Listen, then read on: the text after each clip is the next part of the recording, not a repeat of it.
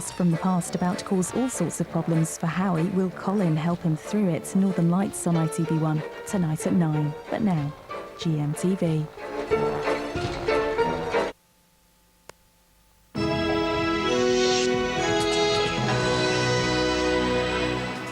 Forgiven, the father of the man found dead in Michael Barrymore's swimming pool makes peace with the entertainer. Good morning to you. This is the News Hour on GMTV. It's 6 o'clock. It's Monday, the 30th of January, 2006.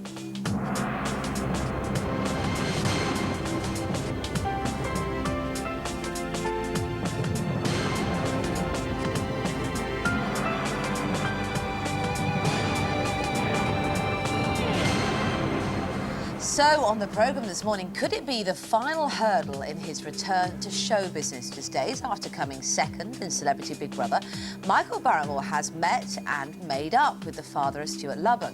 That's the man found drowned in the entertainer's swimming pool some 5 years ago. We're going to have more on that in just a moment.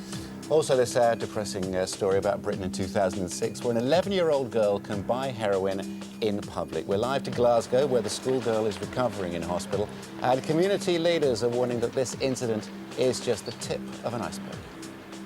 And after 12:30, we look at the government's new idea to offer everyone a health MOT. It says prevention is better than cure. Critics say already overworked doctors won't be able to cope. Yes, all that, and we'll be catching up with our Andrea after she was shamelessly kicked out. She was so good as well. She was very good. I don't understand it. I mean, if there had been an award for artistic merit, they would have got it. It was fantastic, wasn't it? Beautiful, yeah.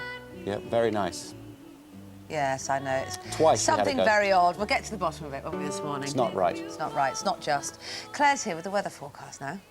Hello, good morning. Well, it's going to be a mostly dry week. Still very cold this morning across Scotland and Northern Ireland, where temperatures dip to -9 in places. So frosty here. Fog's a problem in Northern Ireland. Further south, there is more in the way of clouds holding temperatures up, and this is where the clouds are going to stick through the day, although brighter weather for the Channel Islands, western parts of Wales, as well as the West Country through the afternoon.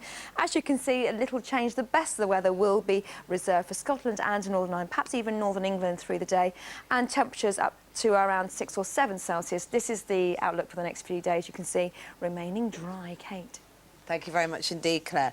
Now, our top story this morning, Michael Barrymore has joined forces with the father of the man found dead in his swimming pool to demand a new investigation. It follows a remarkable meeting between the two men, during which Terry Lubbock told the entertainer that he didn't blame him for his son Stuart's death. Robin Ross reports. Michael Barrymore's appearance on Celebrity Big Brother opened old wounds. Stuart Lubbock was found dead in Barrymore's swimming pool 5 years ago. During the show, Stuart's father, Terry, turned up at the studios to protest and announced there was to be a private prosecution. But the two men now appear to have reached a fragile understanding. Meeting for the first time, they've agreed to join forces to demand a re-investigation into Stuart's death.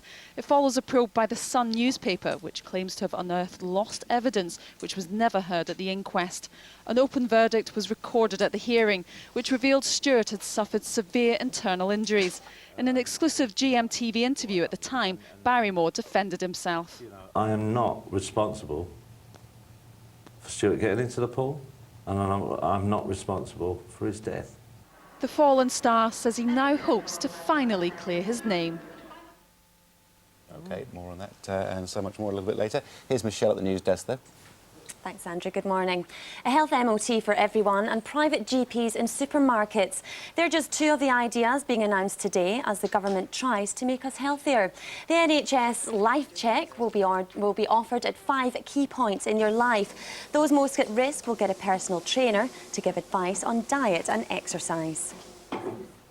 A delegation from the Brazilian government arrives here today for a series of meetings about the killing of John Charles de Menezes, who was shot by Metropolitan Police officers in July after being mistakenly identified as a suicide bomber.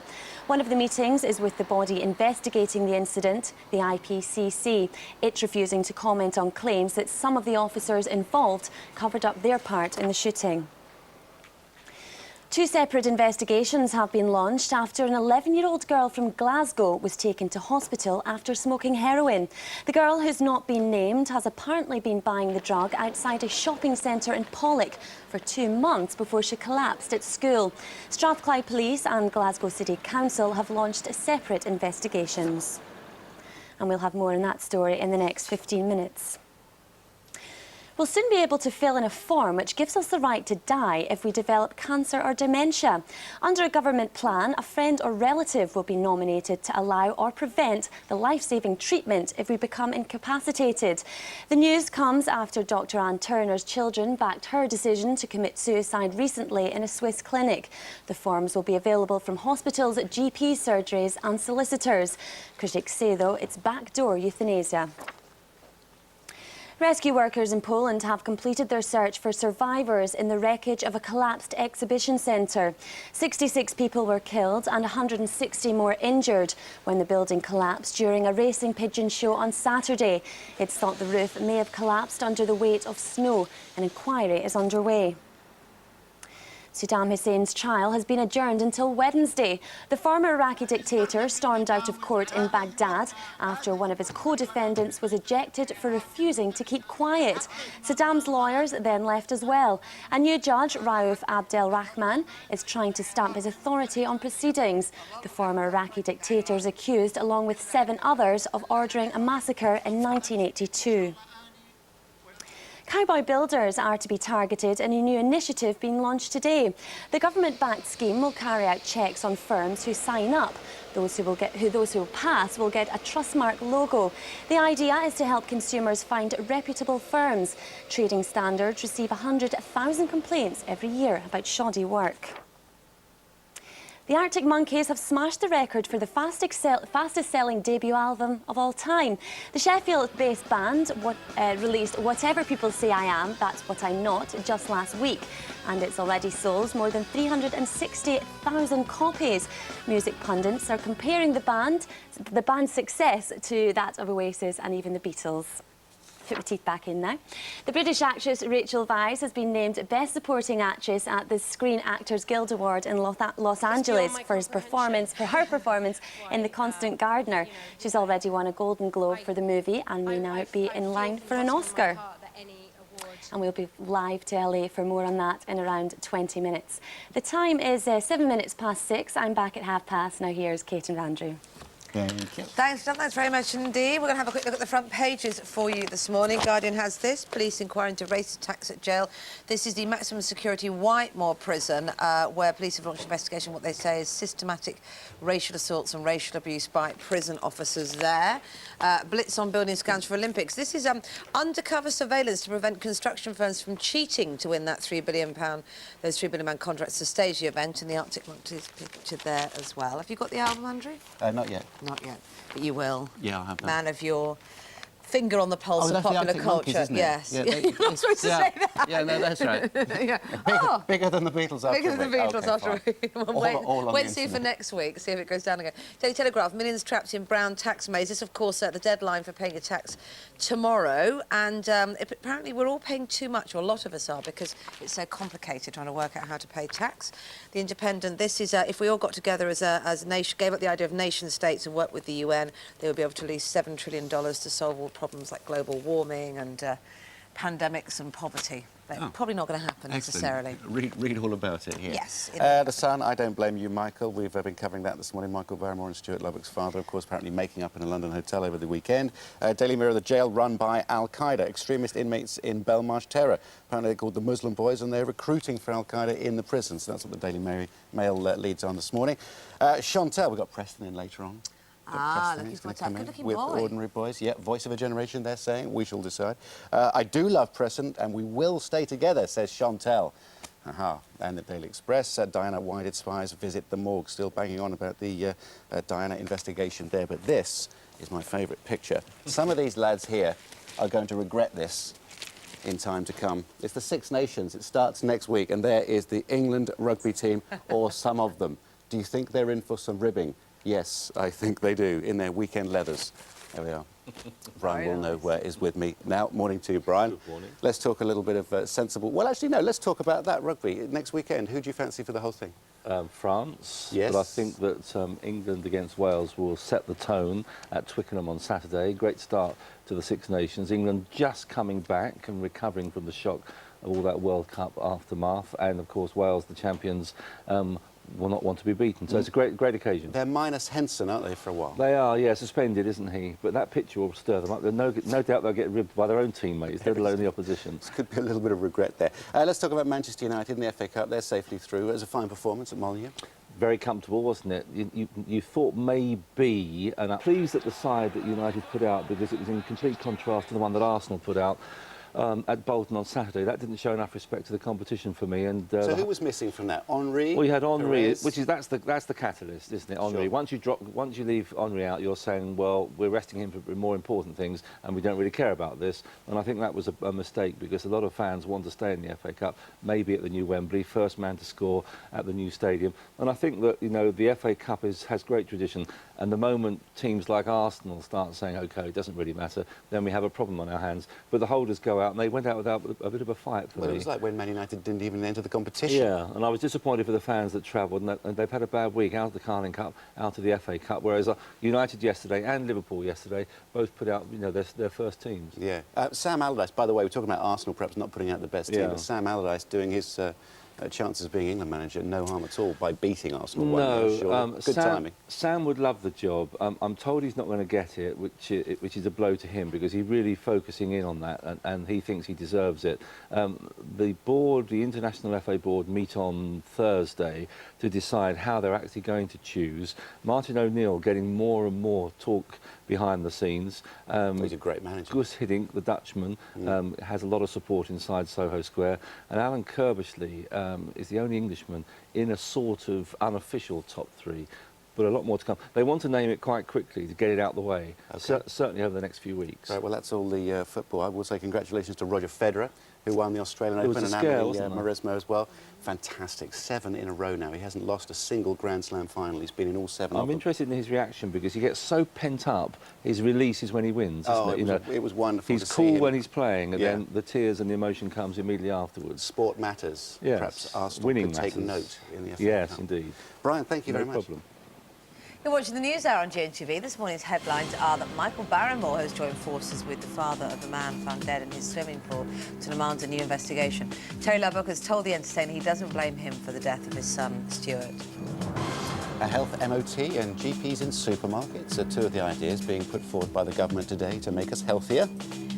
And the British star Rachel Weisz has been named Best Supporting Actress at the Screen Actors Guild Awards in LA for her performance in The Constant Gardener. It is 12 minutes past 6. Now, a shocking report out today suggests there's more public concern about cruelty to animals than the welfare of the elderly. The research by Help the Aged comes as the charity launches a nationwide campaign to raise awareness about elder abuse. In a moment, we're going to be talking to Hilary Scott from Action on Elder Abuse. But first, this report from Sarah Gatenby. They're the most vulnerable members of our society, yet up to 500,000 elderly people in the UK are physically, emotionally or sexually abused. According to the report by Help the Aged, 2/3 of the abuse happens not in residential homes, but in the victim's own home. We're seeing people being physically assaulted, physically abused. We're seeing people having their monies, their homes stolen from them. And the most awful thing about this is that very often it's families doing this, it's sons, it's daughters, it's the people that they've lived with for a very, very long time. To make matters worse, the report found that only about 2% of people think elderly abuse is a serious problem.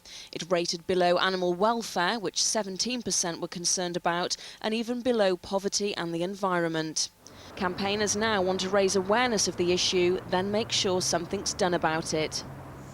Well, joining us in the studio is Hilary Scott from Action on Elder Abuse. And you were saying there that actually when people had the idea introduced to them, they said, what about old people? They go, oh, yes, of course, it's just not there in the forefront of our minds. Yeah, and that's really the main point. The main point of the campaign that we're working with Help the Aged on today and on into the future. Because when people become aware that as many as 500,000 older people can be subject to some form of abuse at any time, then they kind of understand that it's a possibility and a very big deal and are concerned about it. Yeah, so, and we're all heading in that direction, aren't we? That's the other sadly thing. It's going to affect us all. It will. Now, you say 500,000, 500,000 of elders are abused at any one time. What sort of abuse are we talking about? Various sorts. There's basic neglect, not getting what you want when you need it, in the way of medication or basic care.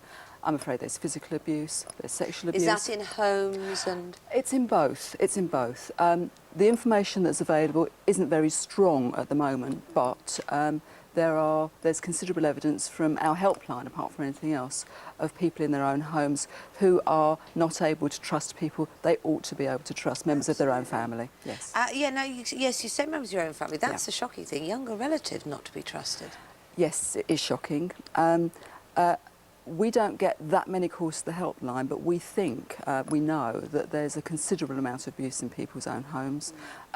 Not necessarily from the person doing the caring. Caring is a very stressful business, obviously, but more often from sons and daughters, from more distant relatives. Not bothering to visit enough or look after enough? No, I wish that was true. Right. Shouting, calling older people names, frightening them, sometimes stealing their money, and sometimes physically abusing them, actually beating them. So what can people do? Well, I think two things. Firstly, to just ponder on the news items today and on the campaign, and accept that, sadly, just as we wouldn't want children to be harmed, older people are harmed too. And secondly, to look out for the older people you know, and if you're at all concerned about them, to make a call to the adult protection team at the local authority, make a call to Action on Elder Abuse, to somebody who can advise and help you. Don't do nothing. No. Okay. Well, good to speak to you, and let's hope this will raise awareness. Thanks very much indeed. Thank you. And we're going to put the details of that elder abuse response line on our website, gm.tv. Thanks very much. From the old to the young now at 6:15, aged just 11 and addicted to heroin. It's hard to believe, but that's what's happened to a young girl still at primary school, apparently. Matt Arnold is in Glasgow, outside the shopping centre where the girl is believed to have bought the drug in the first place. Morning, Matt. I hope everybody is shocked and outraged up there, but probably not an isolated incident.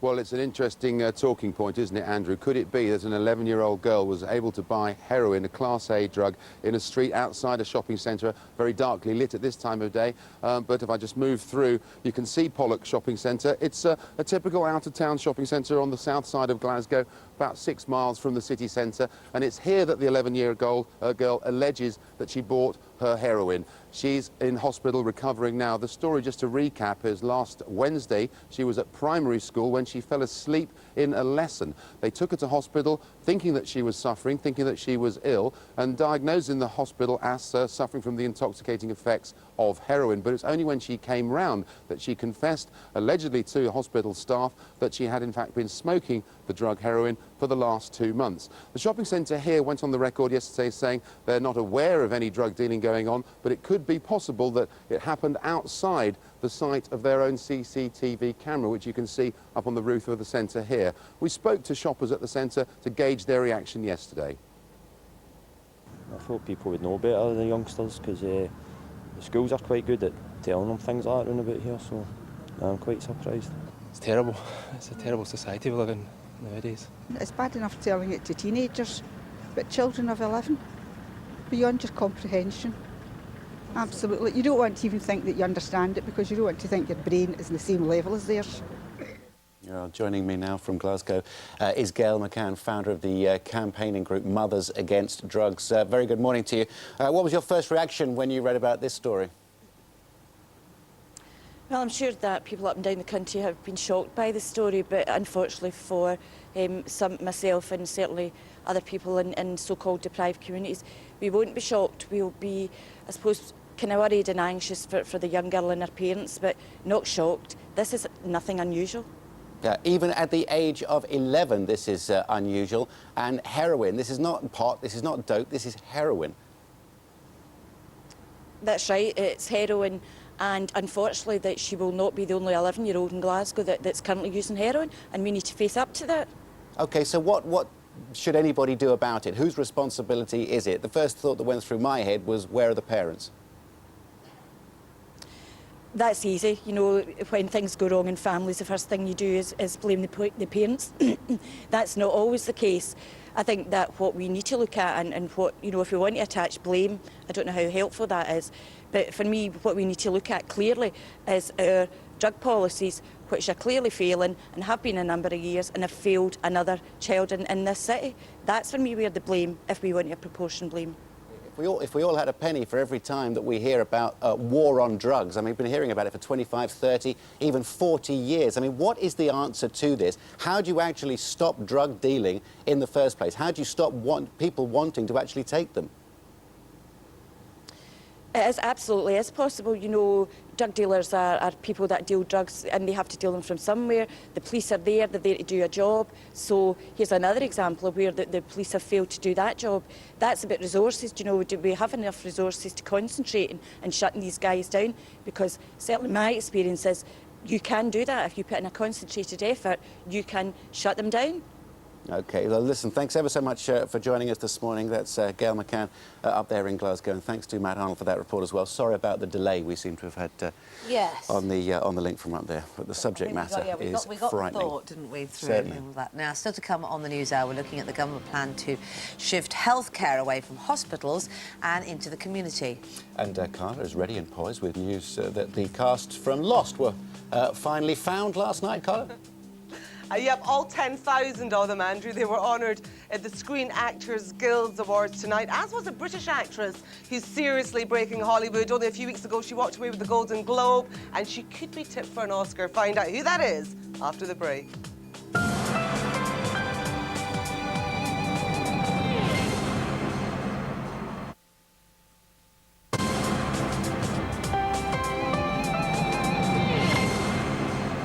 Hi there, you are watching the News Hour on GMTV. Now, if there's news and gossip in Hollywood, Carla Romano's the woman to dish it. We had some important awards ceremony last night then, Carla. What was going on there?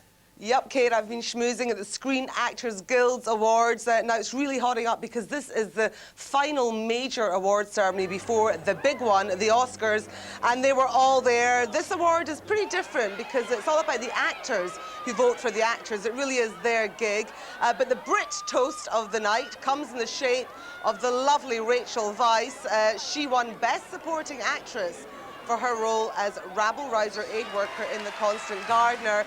No huge surprise there, but she was so happy. Fantastic honour for her, especially as she walked away with the Golden Globe only 2 weeks ago. Now, I spoke to her before the ceremony, and it's been a busy time. She's 6 months pregnant, there, little bump, 2 awards under her belt, the Oscars just around the corner, and I wanted to know, what did she think about the Oscars? Did she think she was in for a chance? And also, did she ever pinch herself?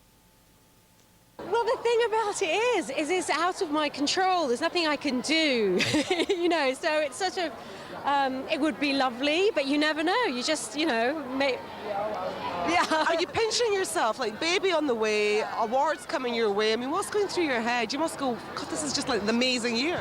Lovely husband. Yeah, someone said to me recently that babies come with blessings. Maybe that's true. I don't know. She was great for 6 months pregnant. Andrew just said, don't worry, it'll get worse from there on in. No, you said she looked so fantastic, I and she couldn't believe it. I know, but yes, you're right. Jealous? Maybe. It all falls apart after 6 months. Now, who are the other winners, Carla?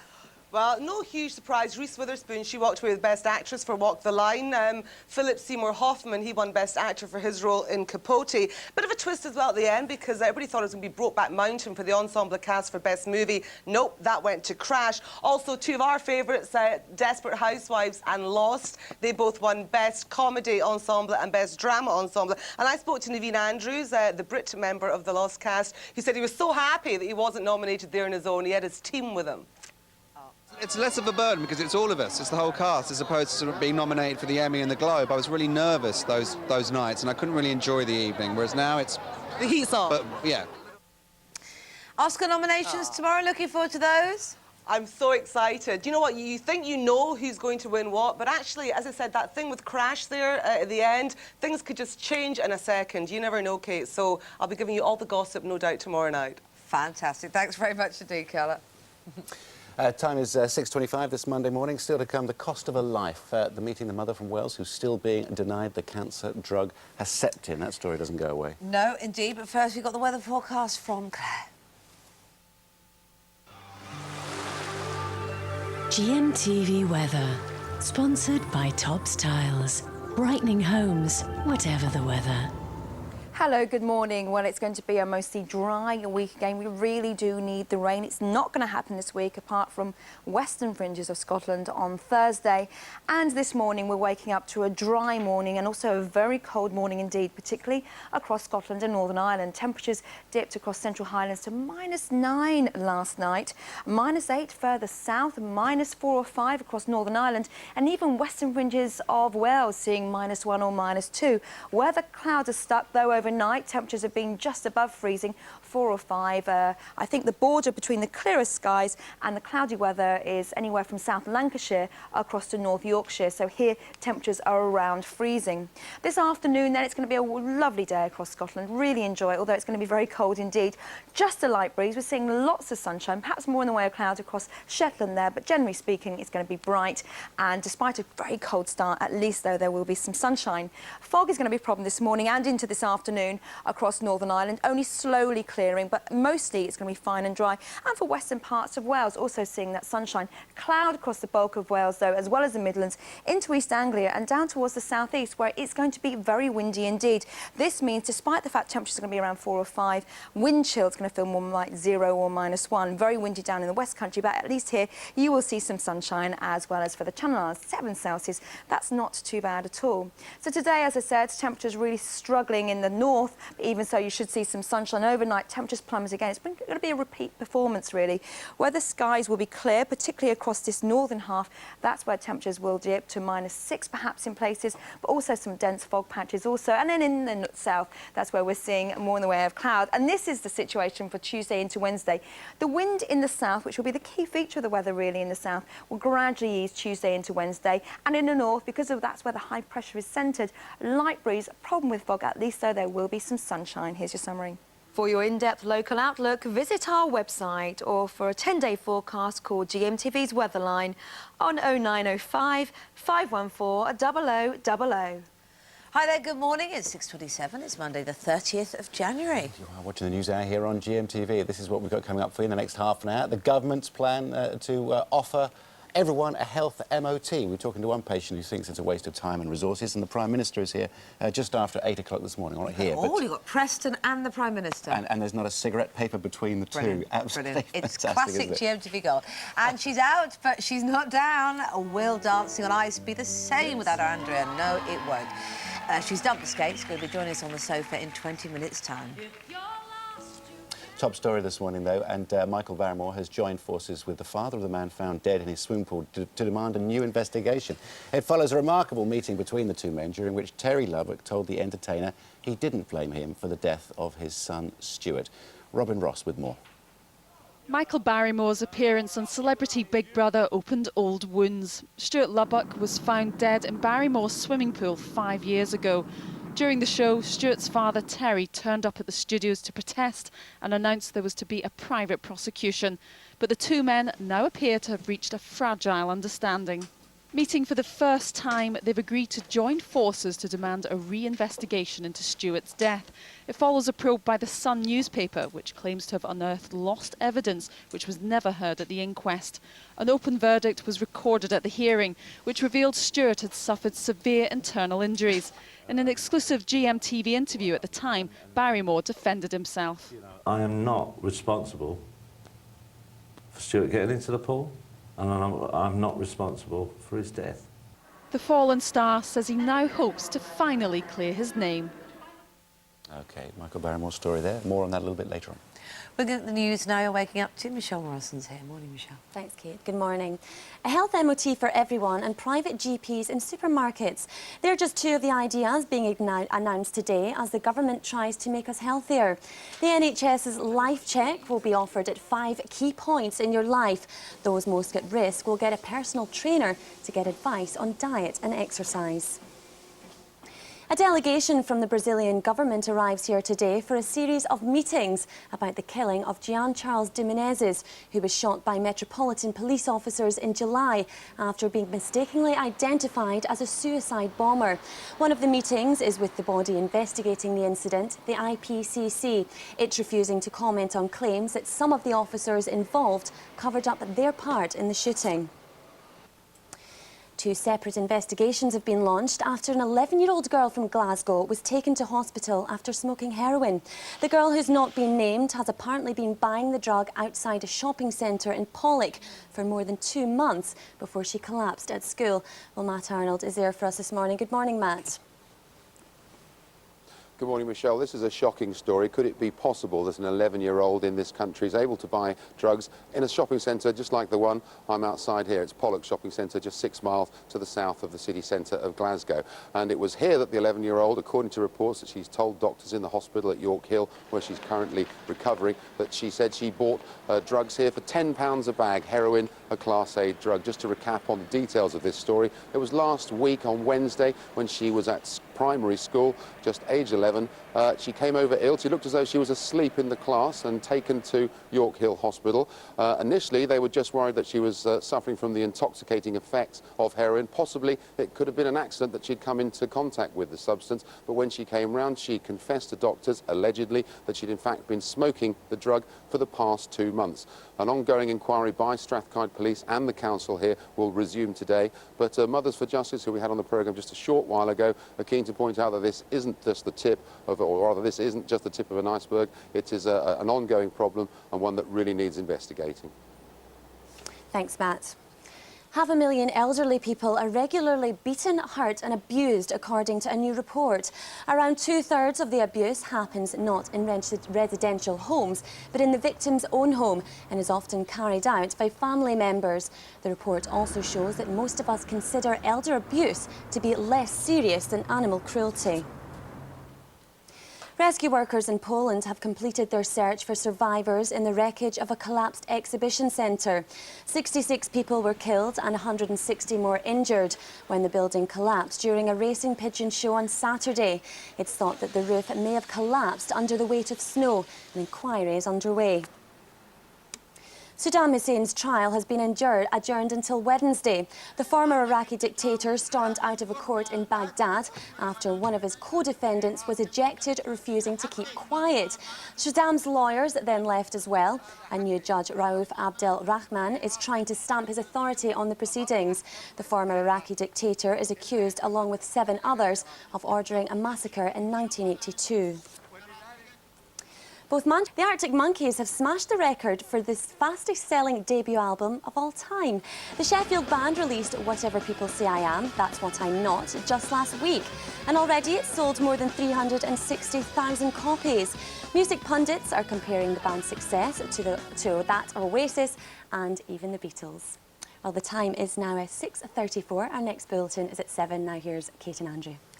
Thanks, Michelle. That's very much indeed competition time for you now. You could be the lucky winner of £10,000 by the end of the show. Have to put up with Checkers, though. He's got all the details. Well, hey, we're giving you the chance to win £10,000 courtesy of XL.com. For your chance to win, here's the question you need to answer. Complete the title of the film and book. The Lion, the Witch and the A. Wardrobe, B. Cupboard, or C. Shelf. You can dial 09068 100 100. That's 09068 100 100. Or you can text A, B or C as your answer, plus your name and full address to 81149. Or you can enter via the website. Well, those lines are open until 9 o'clock. You could get Checkers on your doorstep tomorrow, but he will have that £10,000 in his hand, so it's not too bad. No, it'll be fine. Here's what's happening where you are. We're back in a minute.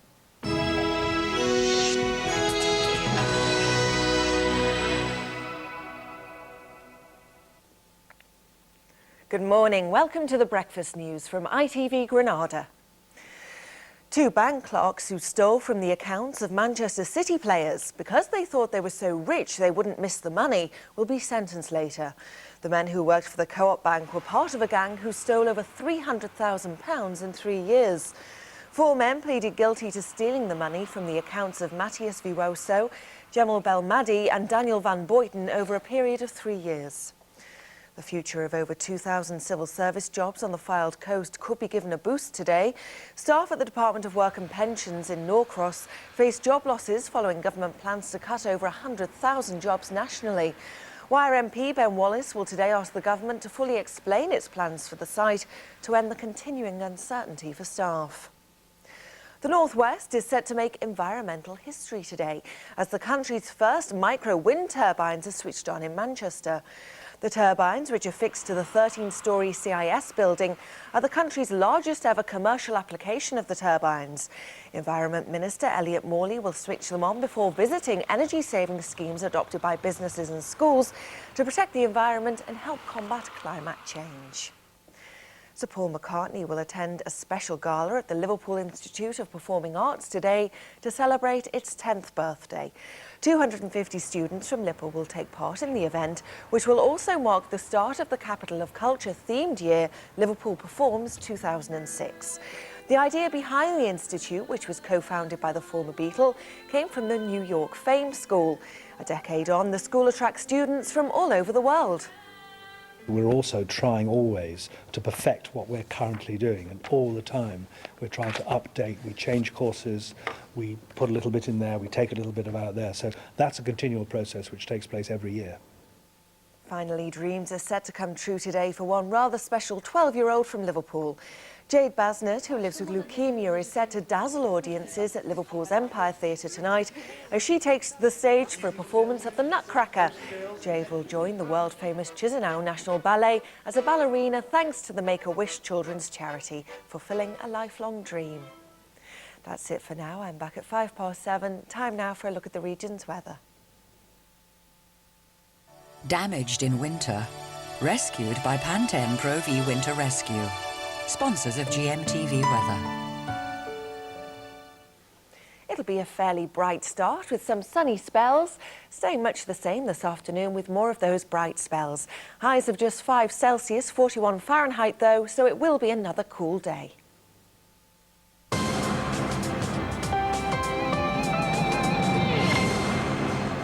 6:38 is the time. Monday morning, start of another week. It's almost springtime. Oh, gosh, yeah, and little snowdrops are out my back garden. Oh, I love those. I know, it's that first sign of spring. It's lovely. Exactly. Right, Daily Star. I do love Preston, and we will stay together.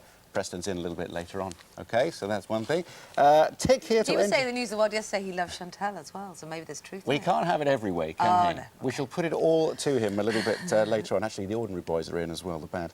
Tick here to end your life. What's this about? Every adult will be able to demand the right to die by filling in a form. But actually, when you read a little bit further down, it just says that a single statement on the form deals with the issue, requesting that the subject ticks a yes or no box. It reads, I wish to give my attorney authority to give or refuse consent to life-sustaining treatment on my behalf. I mean, already relatives are asked about that, given that situation. So, is it euthanasia by the back door? Well, the Daily Mail seems to think so.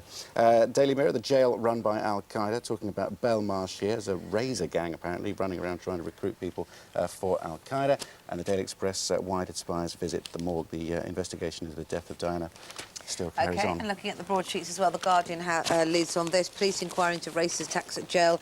They're referring to the maximum security Whitemoor prison, where they say there is systemic racial abuse and assaults and brutality by prison officers. Police launching an investigation into that.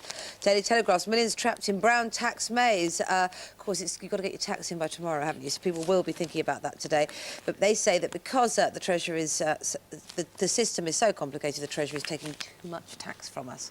Not sure that's an argument that's going to sustain when you put your form in. The Times, blitz on building scams for Olympics. Potentially £3 billion contracts up for grabs to stage the London event. And they're now preparing the organisers of the Olympics to go and use undercover surveillance to make sure people aren't cheating to get that. And this is the Independent here. United Nations say that $7 trillion could be released to look at the biggest sort of global problems like global warming, health pandemics, poverty and armed conflict. But all the various nation states would have to give up their own individual control in order for that to happen. So it may not happen tomorrow. It's a federal world on the way. Yeah. So a health MOT for everyone and private GPs in supermarkets. What do you reckon about that? Just two of the ideas to be announced today in the government's health white paper. A great idea, you might say, but some healthcare workers fear they may be overburdened. I'm joined now by Diana Church, who, it's fair to say, ambushed Tony Blair on election question time over her inability to get a doctor's appointment for your son. Has that situation changed, Diana? Yes, no, it's all fine. We've now got a diagnosis for him and we know what the treatment is to go forward, and he's being monitored very well, so that's fine for me. Were you surprised at the time at the reaction that you got? I was staggered at the time, yeah. I mean, I don't think anyone is ever prepared for the... You sort of ask a question because that's what is important to you at the time, and not really realising that actually it has resonance with everyone else in the country as well. That's right. Now, what do you think of the proposals to set up GPs' surgeries in supermarkets and the like, and taking healthcare to the people, really, is what the idea is? I mean, I think, you know, GPs' surgeries are dotted all around the country. They're not actually difficult to get to. They're difficult to get into. Let's talk about them having them at railway stations as well, isn't there? And that might solve a few tinkering problems around the edges for, you know, people that just need to get a quick prescription for a sore throat or a conjunctivitis or something. But I would have thought that in the main, people still want to be able to see their own doctor at a time that's convenient for them. Yes, but doctors at the moment not working at weekends, or they have at least the choice to opt out. I understand they could earn up to £10,000 or £20,000 more if they do decide to open later on, I think until 7 o'clock, and then opening certainly up until lunchtime on a Saturday. That would help you used people. to be able to go on a Saturday, so that's now been taken away from you. So I can't, and that was good for working people because you managed to sort of limp on towards the end of the week, knowing that actually you would be able to get to see a doctor at the weekend. I think particularly for men, my husband will never go to the doctor in working hours. You know, he'll be on death's door before he'll go. So now, you see, this white paper that comes out today, OK, this is, you know, really you are just a punter, aren't you? Yeah, I just your go son to the just doctor. had, yes, exactly. Your son had an allergy, which I think is being treated now. Yeah. You know, what would you say to Tony Blair? We've had Patricia Hewitt, the Health Secretary, on here. We see this being punted around as a political football. But what message would you give to Tony Blair as he launches this white paper this morning? Because he's in later on. Yeah, oh, right. Well, I just say keep it simple. You know, we just want to be able to see the doctor at a reasonable time and a convenient time. That, to me, doesn't seem rocket science. You know, we used to be able to have evening appointments, Saturday surgeries. They're not available anymore. And I don't know why they withdrew that, because I would have said that that was a valuable service for patients. And do you think it will be the sick or the worried well that make the most of these services? In your life, how would it be? I think it takes a lot to get to the doctor. You know, you've got to be very worried to go to the doctor, but I do understand that there's a lot of people that do that. So I can understand it's got to try and balance being able to have accessibility for the real sick and try and discourage the worried well from. And what about the poor old health workers who are going to have to put in these extra hours as well? Well, I mean, there's a lot of surgery. I mean, if you're a doctor surgery and you're a 1 or 2 doctor practice, then yes, I can understand it's difficult. But a lot of surgeries, they're really encouraging 8, 9, 10 doctor practices. Well, if they've got that many doctors and health practitioners, then surely they can run, it wouldn't be that hard to run a kind of shift system, because they do that throughout the rest of the health service. So as long as, you know, doctors haven't got to go back to working ridiculous hours that they used to have to work, that you used to be able to read, then to be able to run a shift system to work... Shouldn't be impossible, should it? No, it shouldn't be impossible. Tony Blair, shortly after 8 o'clock. Diana, thank you very much indeed. I'm sure he'll be glad that you're not here to come and harass and harangue. But if you've got a view on this, 81189, questions for Tony Blair shortly after 8 o'clock. Someone else who wants to work with Mr Blair as well, mum of 2 with breast cancer. She says she's going to camp out in protest to get the drug Herceptin available for all. Jane Sullivan is with us this morning. She's among a growing number of women across the country who are arguing for the potentially life-extending treatment. Good to see you this morning. I know there's things that you want to put to Mr Blair later. We'll pass on your questions. But how important is Herceptin to you for your life enhancement? Well, as I said earlier, my case will be reviewed tomorrow afternoon at 4 o'clock by my oncologist at Velindre Hospital. And the official line I've had out of the hospital is that we will discuss Herceptin at length, the pros and cons of the drug, and then my oncologist will make an application on my behalf. Prevent breast cancer coming back. I had breast cancer last May, which was operated on in June.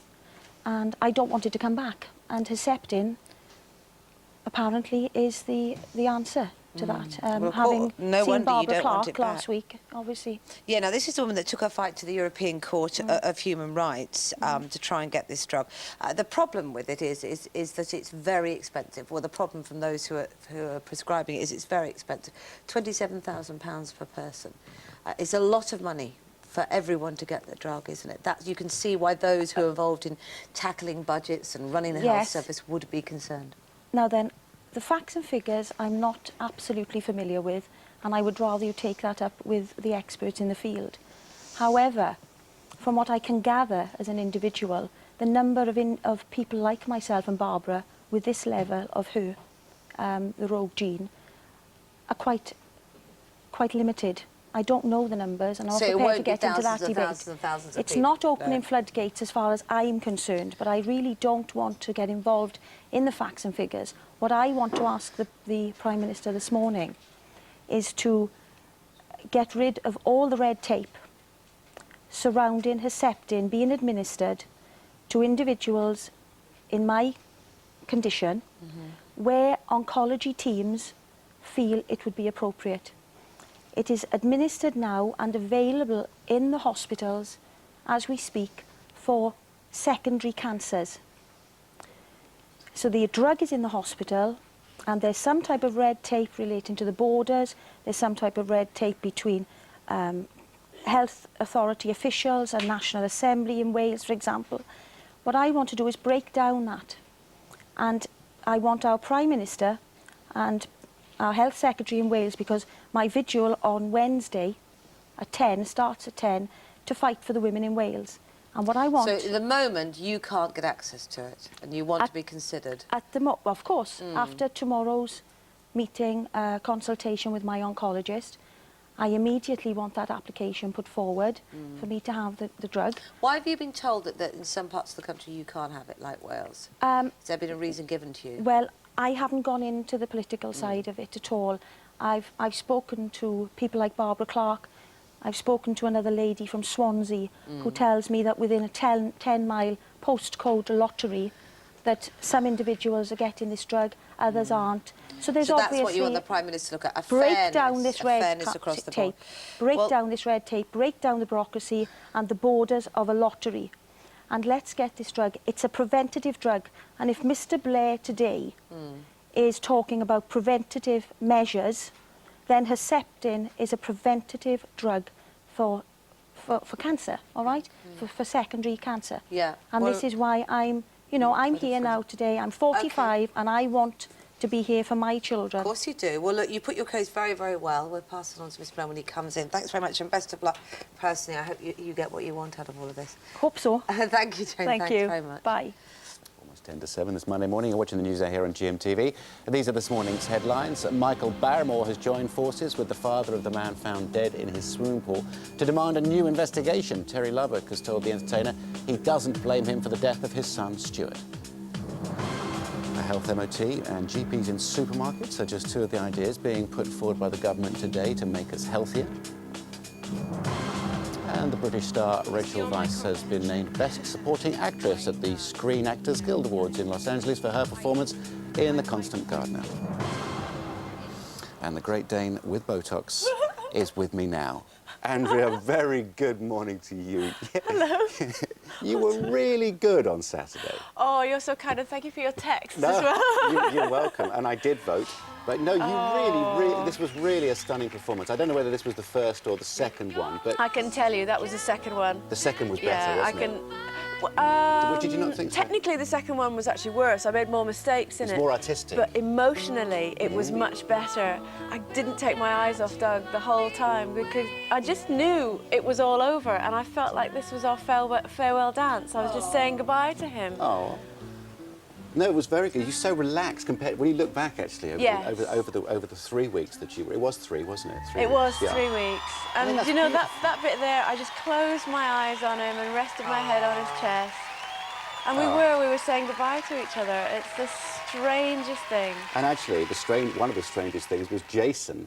Didn't he give you the vote to say stay? He did. After you know, all that? What was really interesting was, of course, when you're in that lineup and you're waiting for your name to be called for Philip to say, and I'm going, Andrew and Doug, Andrew and Doug, no, and then it's not your name and you know you have to do the skate off. Obviously you don't rehearse that because you don't know if it's going to be you or not. Everything just kind of shuts down and you deal with it.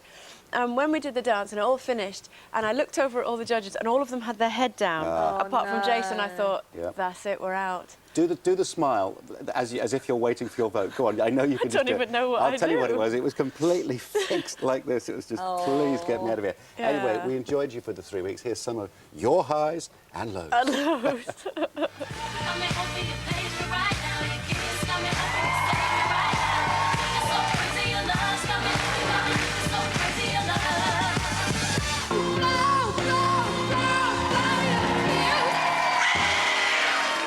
You have great legs, but tonight you had legs like a Great Dane.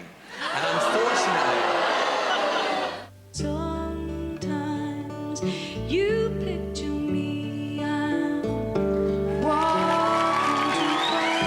You are good. I mean, as well, you came onto this very late compared with all the other contestants, didn't you? People probably don't know I did. that. I came on Did purely so because I was well. doing Christmas weather for GMTV on the ice rink at the Natural History Museum. But do you know what? It's been the hardest thing I've ever done. It's been the most painful thing I've ever done.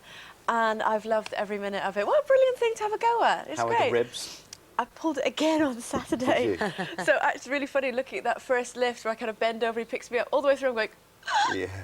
But, you know, they call it Dr. Theatre, apparently. It just takes over, you just do it, and I've loved it. I'm full of cold now, it's all as finished. soon as it's over, you're... Buh, yeah. There we go. So will you... you'll be on the ice again, won't you?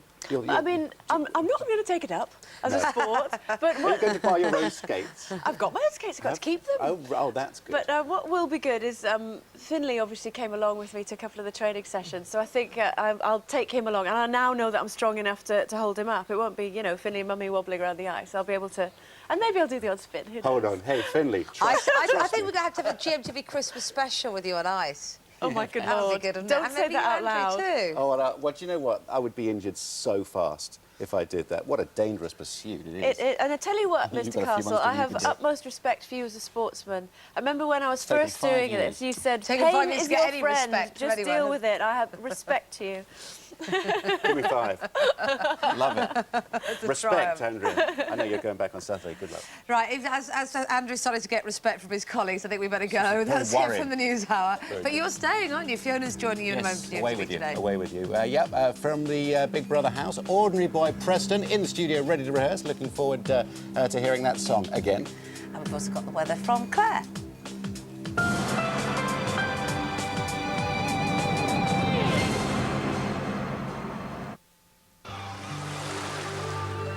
GMTV weather, sponsored by Tops Tiles.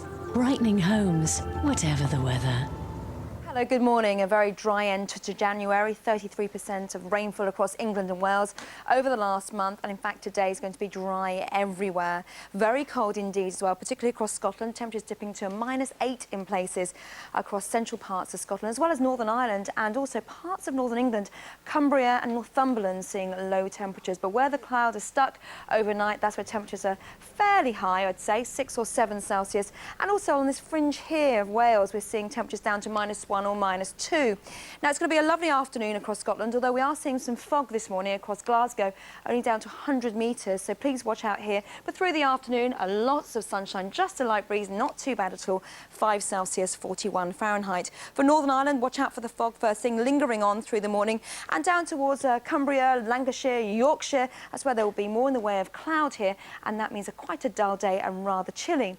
For Wales, some sunshine across the western fringes, but inland across the Midlands as well as the southeast, East Anglia. Again, a lot of cloud here, very windy in the south, and sadly that means wind chill factor feeling more like 0 rather than 6 or 7 Celsius. Windy down in the West Country, at least here you will see some sunshine, as well as for the Channel Islands, 7 Celsius, 43 Fahrenheit.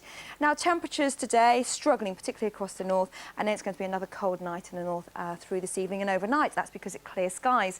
The fog then are lingering on through the early hours of the morning, and again, temperatures like last night, down to -4, -6 Celsius, the fog lingering on in the morning. And then where the cloud is, I think temperatures up to around 2 or 3 Celsius.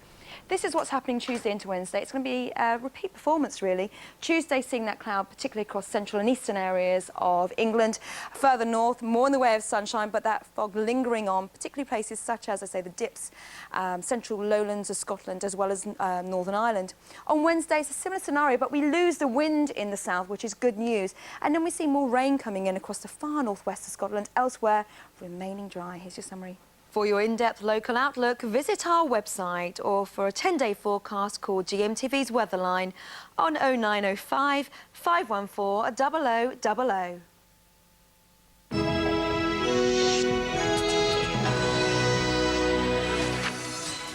Well, an 11-year-old girl in hospital after taking heroin. Is this the state of Britain in 2006? What a story to begin with. Good morning. You're watching GMTV today. Yeah, you are. It's almost 7 o'clock. It's Monday, the 30th of January 2006, and Preston is in the house.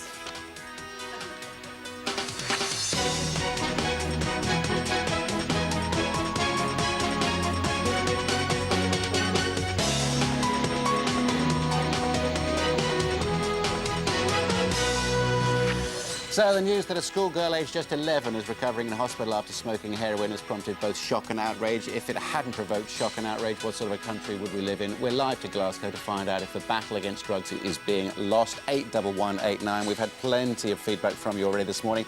Phil, who's watching us in Spain. Morning, Phil. He says the problems with drugs lie with lax punishments given to dealers caught. We should have the same attitude as Thailand, where there is the death penalty. Let us know what you think. And as I said, ladies and gentlemen, Preston is in the house with the Ordinary Boys. We'll be hearing them perform later on, and of course we will be quizzing Preston. Sorry, Preston. And we're looking for Britain's best mum. We've got a competition all about that. This rather famous son is here along with his mum to launch our search, Unashamedly a Mummy's Boy. Now, excuse me, Chantel over the weekend has said she's got her eyes on him as well. Oh, no. I wonder if Preston knows about that. Cheggers is on the road. With what we talk about. I know, we do all these hurt feelings We see everywhere. 19 or 20 days worth of him in there talking about everything. Yeah. But we have to be careful. Yeah, OK. Right. It's hilarious. Cheggers is on the road. He's giving away, oh dear, that hat, hopefully. He's giving away £10,000 too. Morning, you. Morning, you. I've lost my cap somewhere. Anyway, look, I've got my toothbrush, I've got my passport, I've got a fresh pair of socks, and I've got my chequebook. £50,000 to give away across the week. I'll tell you how you can do it coming up shortly. Yeah, push, push, push, push. Oh dear. Thank you. It's a Cheggers week. Right, the time is 7 o'clock, and this morning the father of Stuart Lubbock, the man found dead in Michael Barrymore's swimming pool, has met Barrymore over the weekend and says he doesn't blame him for his son's death. Well, Rachel Harrison is in Essex. What can you tell us, Rachel? Yes, good morning, Fiona. Well, I'm sure many people are shocked because this was a very unexpected meeting between the two men. There've been a war of words over the last 5 years since Stuart's death, but just 24 hours after being evicted from the Big Brother house, Michael Barrymore sat down in a hotel room for 2 hours and spoke to Stuart's father, Terry, and talked about the events coming up to Stuart's death and the events afterwards. And it appears the two men have now come to an understanding. Michael Barrymore's life fell apart 5 years ago when 31-year-old Stuart Lubbock was found drowned in a swimming pool at his home. An open verdict was recorded at the inquest which heard Stuart had suffered severe internal injuries. In an exclusive GMTV interview, Barrymore defended himself. I am not responsible for Stuart getting into the pool, and I'm not responsible for his death. But Stuart's father, Terry Lubbock, believed the entertainer could have done more to protect his son. It was his party. He should have looked after Stuart. He should have made sure nothing happened. The fallen star's appearance on Celebrity Big Brother opened old wounds. Terry turned up at the studios to protest and announced there was to be a private prosecution. Now they appear to have reached a fragile understanding. Now, Terry, Stuart's father's not at home today, but I have spoken to a member of the family who says that they are obviously not willing to comment any further at this time. But one of the key things that both men appear to be calling for is a new investigation, because it appears that new evidence wasn't actually shown at the inquest. It concerns the actual cause of the internal injuries that Stuart suffered, and that was believed to have been at Barrymore's house. Instead, there are claims this morning that actually those internal injuries could have been caused by the medical staff after Stuart's death. Those are the 2 points that the men want to clear up, which is why they're calling for a new investigation. All right, Rachel. He actually told me that back in September 2002, actually, that there was other evidence as to how the injuries were caused. So his story is consistent? Yeah, absolutely. OK. Got Tony Blair on this morning. We've got Preston on. So much to look forward to, but now here's Kate with the latest news. Thanks very much indeed. Good morning to you. The headlines this morning: health MOTs and GPs in supermarkets. New ideas to make us healthier. Cowboy builders under the spotlight. And will she win an Oscar as well? Another award for Rachel Weisz in LA. A health MOT for everyone and private GPs in supermarkets. They're just two of the ideas being announced today as the government tries to make us healthier. The NHS Life Check will be offered at 5 key points in your life. Those most at risk will get a personal trainer to give advice on diet and exercise.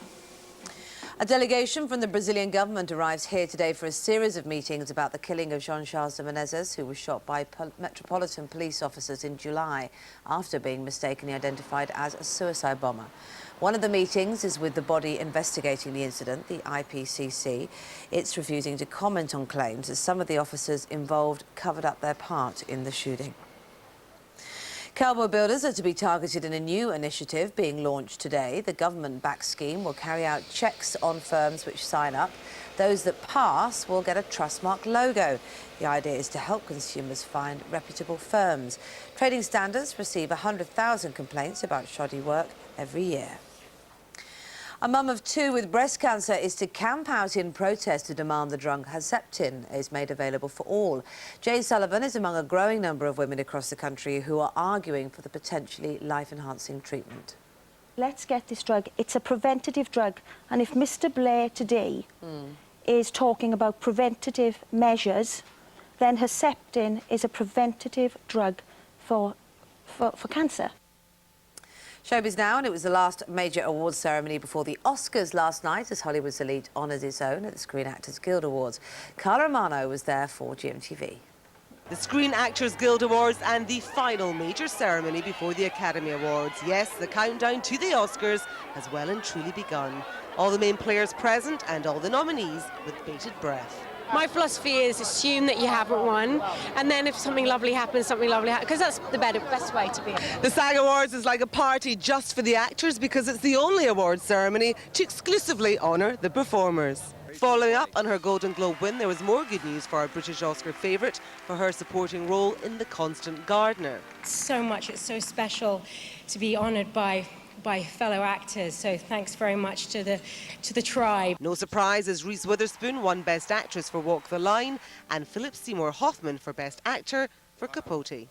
The cast of Lost and Desperate Housewives won awards as the Best Television Drama and Comedy Ensemble. And in a surprise twist, the cast of Crash won the award for Outstanding Performance by a Cast in a Motion Picture, leaving favourite Brokeback Mountain empty-handed. Carla Romano, GMTV News, Los Angeles. Well, we've got more news at p:30, and Andrew and Fiona are back in a moment, but let's check what's happening where you are now.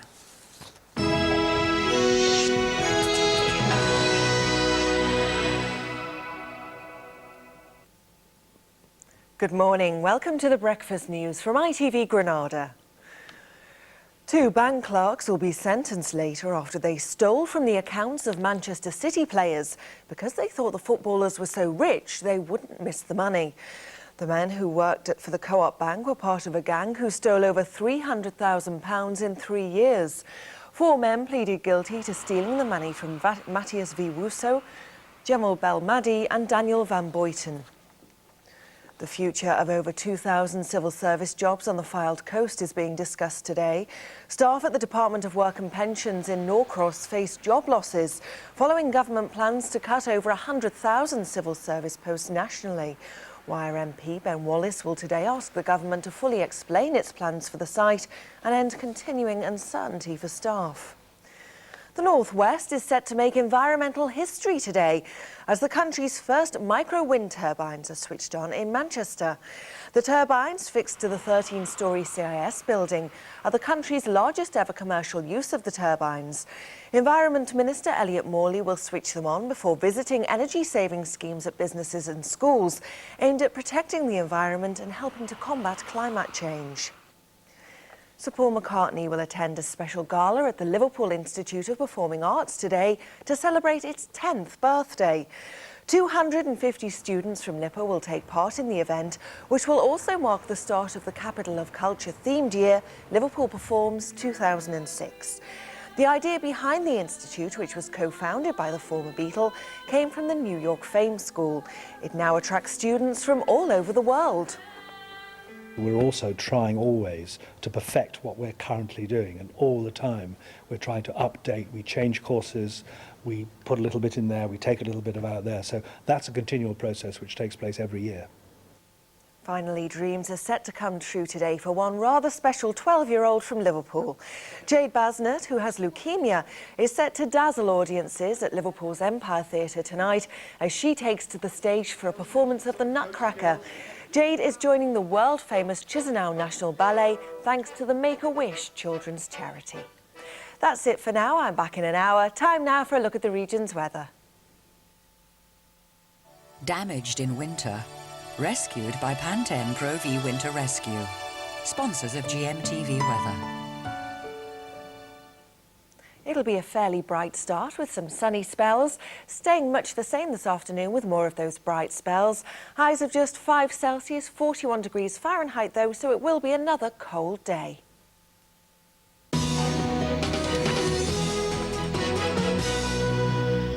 Almost 7:10 this Monday morning. Now, aged just 11 and addicted to heroin. It really is hard to believe, but that is what has happened to a young girl still at primary school up in Scotland. She's been smoking the drug, apparently, for 2 months, according to reports. Matt Arnold is in Glasgow, and he can tell us much more about this. Matt, morning.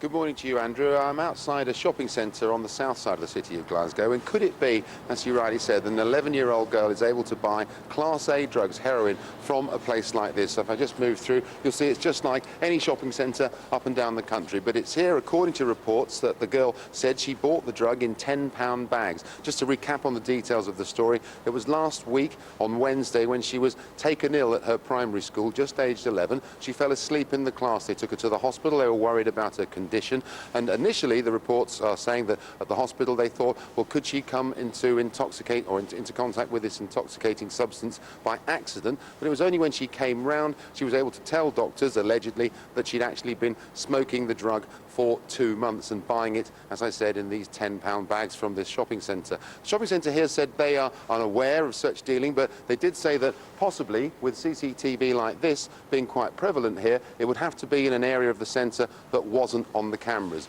We spoke to a few people at this shopping centre yesterday just to gauge local reaction. I thought people would know better, the youngsters, because the schools are quite good at telling them things like that around about here, so I'm quite surprised. It's terrible. It's a terrible society we live in nowadays. It's bad enough telling it to teenagers, but children of 11, beyond your comprehension. Absolutely. You don't want to even think that you understand it, because you don't want to think your brain is the same level as theirs. No, it's unbelievable, isn't it? Thanks to the moment from Matt. Joining me in Glasgow now, Gail McGann. She's the founder of the campaign group Mothers Against Drugs. Gail, good morning to you. Now, you set up Mothers Against Drugs after a 13-year-old boy, I think, died of a heroin overdose back in 1998. And here we have a story of an 11-year-old girl apparently buying and taking heroin and admitted to hospital. Is this a surprise to you? Unfortunately, no, not for myself, but I'm sure for other people up and down the country, they will be very, very shocked. But it's clearly happening in our streets, and we need to open our eyes to it. Yeah. So, I mean, look, we've got an 11-year-old on heroin. Presumably there are others as well. Where does this all start? Is this start with with dope, as they would call it? Is this starting with alcohol? Is it family breakdown? Where is the start of this slippery slope? I think if we knew that, then we would know how to start to tackle it. I think that's the kind of great unknown. I think it's a variety of things. You know, it is very much about when young people start using tobacco. You know, tobacco is recognised as being a gateway drug. You know, so again, depending on what age they start using that. For some people, they will move on and become chaotic drug users. It's just, it's personal circumstances. I don't think we can blame one thing you know, and I think for a lot of young people, it's about low aspirations, no ambition. You know, their life is pretty messed up, so why not take drugs? So, Gail, you're talking about complete social breakdown here, aren't you? As the root cause of this is social breakdown, and as a result, people to make money deal in these drugs and pick on the vulnerable. Is that the picture that we're to get? Absolutely. If you look at, you know, drugs have now become so socially acceptable, and who's done that and who's created that? It's each and every individual one of us, you know, that we've allowed that to happen under our noses. You know, there's a wee girl could buy heroin where I'm standing today. That's not unusual or unique anywhere. You know, go to lots of streets in Glasgow and you'll be able to do the same thing. What do? We turn a blind eye to that. Yeah. Gail, we've had a couple of calls in this morning, basically calling for the return of the death penalty to people who deal drugs to children. That's one point I'd like you to address quickly, if you wouldn't mind. And also a lot of calls saying parents should take responsibility. This is an 11-year-old girl. Can you comment? Well, I think the death penalty, I'm sorry, I don't think anybody has the right to take another life, whatever the circumstances. That we all have different opinions on that. I think that it's very, very easy to say, let's blame our parents. But unfortunately, in communities like this up and down the country, when your kid goes out across the door, unfortunately the streets take over, and it doesn't make you a bad parent. I don't know her personal circumstances, and I don't want to comment on that, but that's an easy option, and they're the target of blame. But I think what we also need to look at, where are our drug policies in that? What are we going to do about this wee girl? Are we just going to move on and forget all about it in another week's time? It's kind of, let's take a step back and see, where do we go with this? This is a wake-up call for us all. Yes, indeed it is. Gail, thanks so much for joining us this morning. Gail McGann from Mothers Against Drugs. 14 minutes past 7 is the time. These are the headlines you're waking up to. Michael Barrymore has joined forces with the father of the man found dead in his swimming pool to demand a new investigation. A health MOT and GPs in supermarkets are two of the ideas being put forward by the government today to make us healthier. The Prime Minister will tell us all about that just after 8. The weather today, sunny up north apparently, a few fog patches though. England and Wales staying cloudy. The top temperature 7 degrees. Not too bad. Quite cold for our Cheggers, who's out and about, and we understand he's giving £10,000 away. He's got a dog on his head and he's in Birmingham. This is my pussycat. A very good morning to you.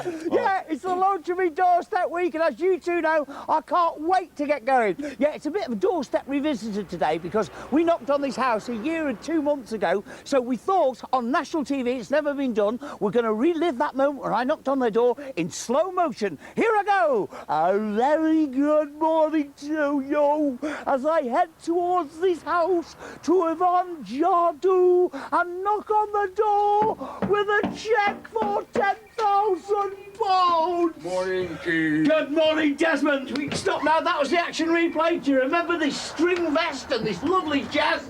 But more importantly, let's go in. Do you remember this lady here? There she is, Yvonne. A very good morning to you. And the rest of the family. Hi. So, has your life changed since I knocked on your door? A little bit. Going in what way? Paid some bills, huh? Oh, yeah. Last time you had a mountain of bills, didn't you? But can I just show you? It's a bit naughty of me, this. I looked behind the front door this morning. Look, there's even more bills to pay. Desmond, come here. Quickly tell the nation. They know you locally now because of this vest, don't they? That's right, yes. Up to last week I was in a post office and someone actually said to me, I saw you on TV last year, I remember you were wearing a yellow string vest. You should auction it on eBay, you'd make a fortune. Right, your chance to win £10,000. Yes, I could be knocking on your door tomorrow. Just think of all those bills you could pay. Here come the details. Well, hey, we're giving you the chance to win £10,000 courtesy of XL.com. For your chance to win, here's the question you need to answer. Complete the title of the film and book. The Lion, the Witch, and the A. Wardrobe, B. Cupboard, or C. Shelf. You can dial 09068 100 100. That's 09068 100 100. Or you can text A, B, or C as your answer, plus your name and full address to 81149. Or you can enter via the website. There you go. Thank you. Where's your hat gone? Oh, look, she's nicked it. You can't have my hat. Right, see you later on there, Keith. See you later. Figure of a man. What a figure of a man, our Daisy there. Right, yeah, so have a go at that competition. What were you doing last night? If you're watching TV, you may have seen Wild at Heart, starring Stephen Tompkinson. Very good morning to you. Very good morning. Well done. It looked absolutely beautiful. Thank you. Talk all about that in just a couple of minutes' time. But first of all, this time of year apparently is the most popular time for changing your job, apparently. So if you're in a bit of a rut, here's a few ideas for you from Coach John McWilliams.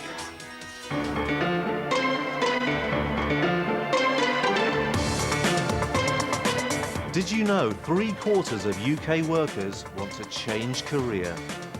But how many of you actually do anything about it? The most effective way to find a new job is to approach companies even when they're not advertising. Because the harsh truth is that 80% of jobs are never advertised. Start with the people you know whose work interests you.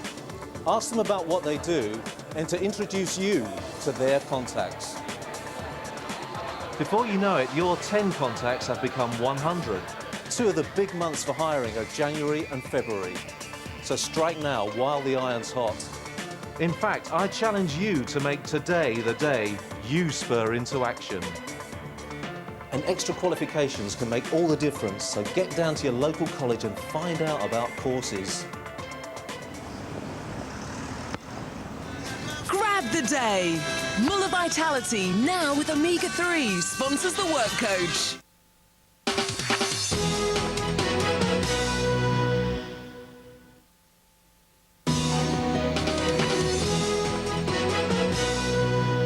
Hello again. Monday morning seems such a long way away from last night already, doesn't it? Were you watching Wild at Heart last night? It was on ITV1. It's a new drama about a family who leave Britain to start a new life in the wilds of a South African game reserve.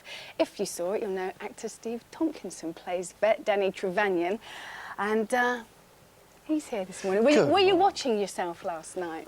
No, because we'd seen it before, so we did a bit of channel surfing instead. Weren't you tempted to, though? To think of all of us sitting at home watching. Oh, yes, we do think that, yeah. But it's lovely, but yes, we were fortunate enough to get an advance copy. Good. So it's nice. Oh, lucky you. Well, it was typical sort of lovely, soft, gentle Sunday night entertainment. Proper Sunday night family viewing, yeah. And funnily enough, written by the team who provides us with Where the Heart Is, which is also a lovely Sunday night. Farrow, yeah, who's also doing Life on Mars as well, that's on at the moment, and doing great guns. It just sort of shows the range of Ashley's writing. He's very prolific and superb in all departments. Well, just like your good self, really, because you've been prolific in a few departments, haven't you? But this job was one of the best, I guess, yeah, because you actually went to South Africa. You came up close and pretty personal with some of the animals as well. Absolutely. Didn't you? I mean, it's the first time I've been afforded the luxury of seeing animals like that in their native environment, and it does make an incredible difference. I mean, they're absolutely glorious and magnificent and live up to all the adjectives you've seen portrayed on the TV before. It was a real treat. Yeah, I think we're going to see you with some elephants now. This is from next week. Look!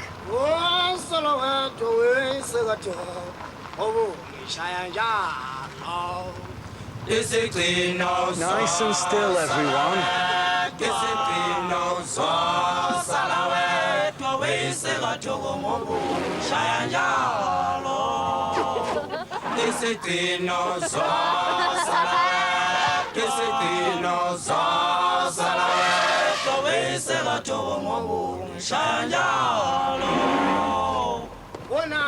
And you really were that close. I mean, that's no gimmick. We really were that close, yeah. I mean, there was a lot of people said in the papers about the rhino thing last night, that this rhino was thousands of miles away in a zoo, but no, we were right there with it, which is often the sort of intriguing thing about the series. I mean, there's only so much Ashley can write, and the rest we just have to put the cameras there and see what these animals are going to do. And what they are going to do. Exactly. Wasn't it your dad who said that you've always had a way with animals? Because the elephant there just seemed so relaxed. His ears didn't flap out, yes, they were pinned straight back. I think because Vicky Brooker, who works on the game reserve where we were filming, she has such respect for these animals that I think that rubbed off on all of us. And But yes, you always keep your wits about you, just in case. But fortunately, there were no real accidents to speak of.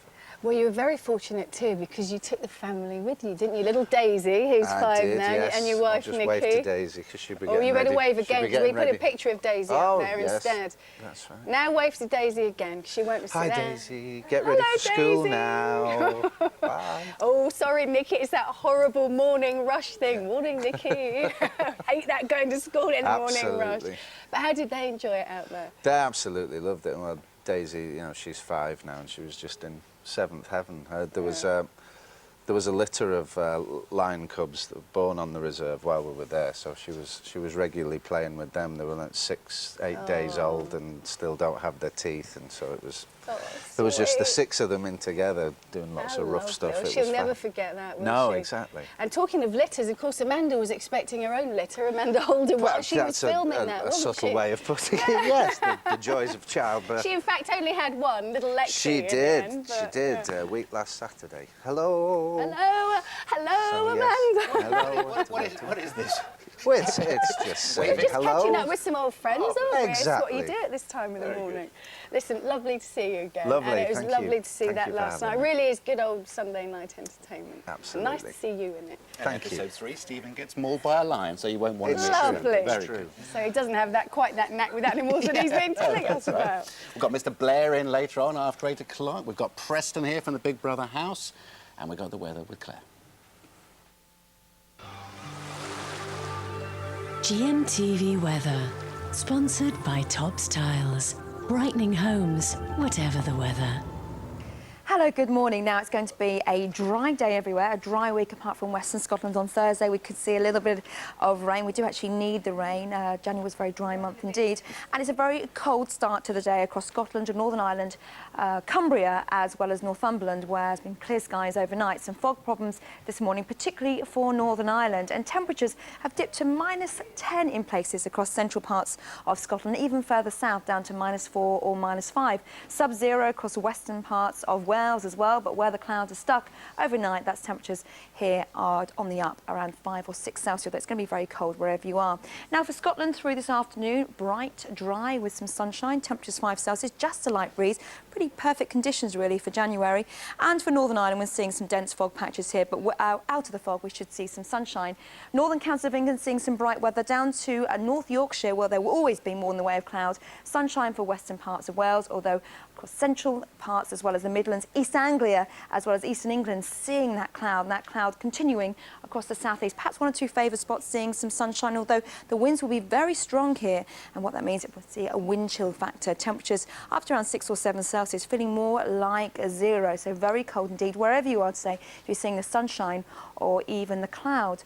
And then overnight tonight, temperatures again dip quite low, particularly across Scotland and Northern Ireland, Northern England, where the skies are clear. Fog again will be a problem with the light breeze, and further south seeing more in the way of cloud here, holding temperatures up to around 3 Celsius. This is the picture of Tuesday into Wednesday. You can see here, generally, there's going to be a lot of cloud across England and Wales. The brightest skies will always be in the north, Northern Ireland, Scotland, but the fog could linger through the day. And also the West Country, Cornwall as well as Devon, seeing some bright conditions. By Wednesday, the south coast loses that very strong wind, which is good news. And then Thursday, we'll see a hint of some rain across the far northwest of Scotland as well as Northern Ireland. Elsewhere, again, mostly dry, quite dull though, and dull weather as we head through into the weekend. Here's your summary. For your in-depth local outlook, visit our website, or for a 10-day forecast, call GMTV's Weatherline on 0905 514 0000. Poor Preston. It's been one hell of a weekend. He's a tired boy this morning, aren't you? Yeah, doesn't look very happy. Clearly, he's delighted to be here, aren't you, Preston? I know, it is early, I know. Never mind, we'll speak to Preston and the Ordinary Boys you can see behind him then. They'll be performing for us in just a few minutes. And I'll tell you who else is here this morning. Duncan James from Blue, along with his mother Fiona. We're going to start our Britain's Best Mum competition, so a very good morning. Looks like his sister. Is she? Look at that. That's right. Lovely girlfriend, Duncan. Oh, it's your mother. Very good. See you in a few minutes' time. I don't think they can hear us. No, I don't think they can. Good. Preston can't hear what we're talking about. No one can hear us. Let's It's a real hope bonus. you can. Here's Kate with the news. Thanks very much indeed. Good morning. Michael Barrymore has joined forces with the father of the man found dead in his swimming pool to demand a new investigation. It follows a remarkable meeting between the two men, reported in today's Sun newspaper, during which Terry Lubbock told the entertainer he didn't blame him for the death of his son, Stuart. A health MOT for everyone and private GPs in supermarkets. They're just two of the ideas being announced today as the government tries to make us healthier. The NHS Life Check will be offered at 5 key points. Those most at risk will get a personal trainer to give advice on diet and exercise. I'm going to be talking to the Prime Minister about that at 8 o'clock. 2 separate investigations have been launched after an 11-year-old girl from Glasgow was taken to hospital after smoking heroin. The girl, who's not been named, had apparently been buying the drug outside a shopping centre in Pullock for 2 months before she collapsed at school. Local people say it's far from an isolated incident. Drugs have now become so socially acceptable, and who's done that and who's created that? It's each and every individual one of us, you know, that we've allowed that to happen under our noses. You know, there's a wee girl could buy heroin where I'm standing today. That's not unusual or unique anywhere. You know, go to lots of streets in Glasgow and you'll be able to do the same thing. What do? We turn a blind eye to that. 500,000 elderly people are regularly beaten, hurt and abused, according to a new report. And most of us consider it to be less of an issue than animal cruelty. Sarah Gatenby reports. Vulnerable members of our society, yet up to 500,000 elderly people in the UK are physically, emotionally or sexually abused. According to the report by Help the Aged, 2/3 of the abuse happens not in residential homes, but in the victim's own home. We're seeing people being physically assaulted, physically abused. We're seeing people having their monies, their homes stolen from them. And the most awful thing about this is that very often it's families doing this, it's sons, it's daughters. You know, it's the people that they've lived with for a very, very long time. To make matters worse, the report found that only about 2% of people think elderly abuse is a serious problem. It rated below animal welfare, which 17% were concerned about, and even below poverty and the environment. Campaigners now want to raise awareness of the issue, then make sure something's done about it. OK, the time now is 7:33. More news at 8 o'clock. Here's Fiona. Aha, but I'm not on my own. The ordinary boys are behind me, and the extraordinary boy, Preston. I like that. I thought you'd like that. How are you? I'm very well, thank you. A bit tired, but... Yeah, what a weekend, eh? No, it's been good. We've done Top of the Pops, CD UK, Already? 9. And, yeah. When did you do all that? Saturday? Saturday and yesterday. Crikey. Were you a bit disappointed? Because I think people were shocked that you were fourth. Well, I think they were expecting you to be runner-up. I didn't know. As far as I was concerned, everyone could have hated me. I didn't know what... Do you know what I mean? I had no idea how it was going on the outside, so I was just sort of ready to go at any moment, to be honest. Yeah, well, we're glad you didn't. Oh. It was so, you were so nice in there. You Thank really you. were. You really were an ordinary boy. That's why people liked you. I bet the ordinary boys like you now as well, don't they? Now that you're number 9 in the charts again. I think they liked me anyway, didn't you? Yeah, but even more now. Are you pleased with him, boys? Yeah. It's nice to be better at number 9, isn't it? Ooh, I think we better hear them sing. We're going to hear you sing the single now as well, aren't we? And we're going to be talking to you later. Lovely. All right, and I look Chantel forward to loves it. you, she says now. Bye!